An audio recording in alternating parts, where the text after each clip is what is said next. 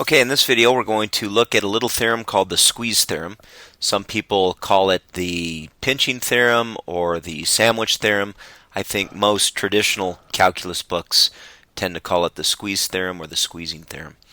Okay, so you can see that I've written up what most textbooks have in it as the squeezing theorem, and it's kind of a boring set of symbols and notation and sentences that I find a lot of people get lost in most of the time. I usually tell my own students that the two things that you will struggle with the most in calculus are or I should say, is the notation and the algebra. Believe it or not, people struggle with the algebra oftentimes in calculus. The actual calculus piece isn't that difficult. So once you get over the notation and you can deal with the algebra, calculus really isn't all that difficult. Now, if you can read this and if you can understand it and you get it, then you do not need me, you do not need this video. You can go ahead and move on. But what I want to do is I want to bring some understanding to what this theorem actually means by means of a graph, and here it is. Okay, so lot going on here, and let me just point out a couple of things. The function that we're really interested in is this guy right here. Okay, this function happens to be this graph right here. Okay, and let's just say that we were interested in the limit of this function as x goes to 0. Problem with that is if you try to manipulate this so that you can plug in 0 for x, that might prove to be a little difficult. Okay, so you could always graph this thing or evaluate it numerically, but we want an analytical way to evaluate this limit as x goes to 0. So in walks our friend the squeeze theorem. And what I've done here is I've found two functions. Here's the first function. We'll call this our upper function, and it is this red parabola right here. The second function is this guy, which is just a transformed version of him, and that is this purple function. Okay, so really what I've done is I found two functions that at least appear to be bigger. The red one happens to be bigger than the function I'm actually interested in. Looks like it's bigger everywhere. And this purple function appears to be less than this function that we're interested in. And I should say less than or equal to, because there might be some spots on here where the black function actually equals the red function, and we'll see that here in a minute.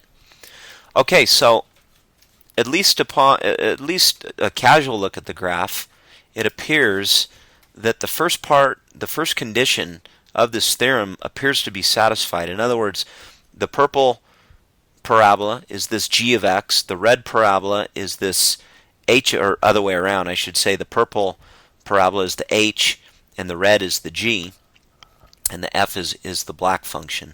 Okay, so this initial condition appears to be met, at least graphically, for all x in some open interval containing c. Now this c in our example is going to be 0.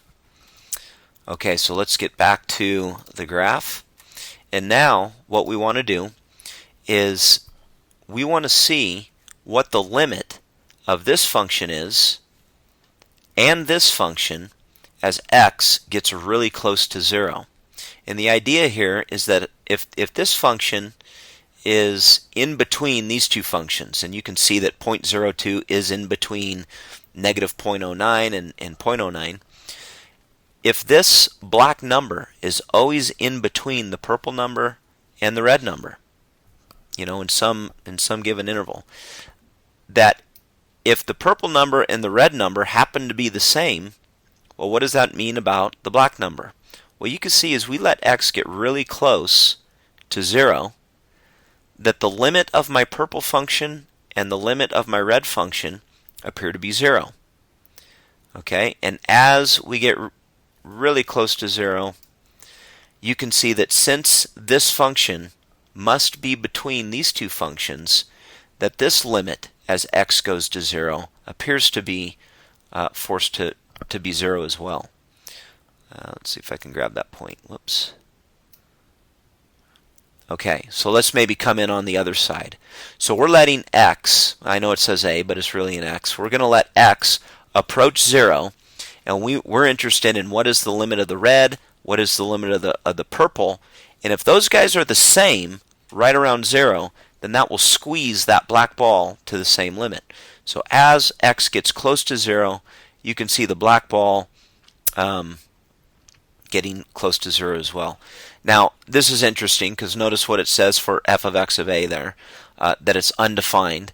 Now that makes sense. It should be undefined because 0 is not in the domain of this function.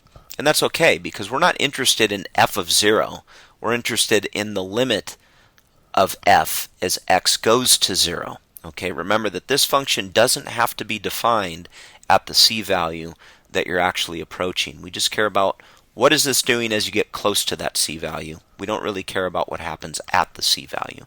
So one more time, just for kicks here, as you let x get close to 0, you can see that f gets squeezed to the same limit as the red function and the purple function. Okay, so getting back to this more formal look at the squeeze theorem, we saw that we satisfied the conditions, the initial conditions. F was smaller than g, bigger than h. Our c value in the example was 0.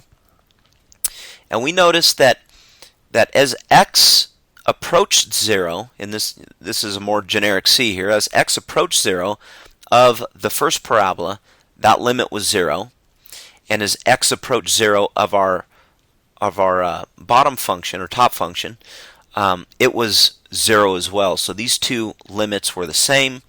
And since f was in between h and g, then its limit got squeezed to the same limit as these two guys did.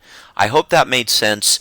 Don't get lost in the verbiage here. I would hope that you'd take some time to actually understand the verbiage.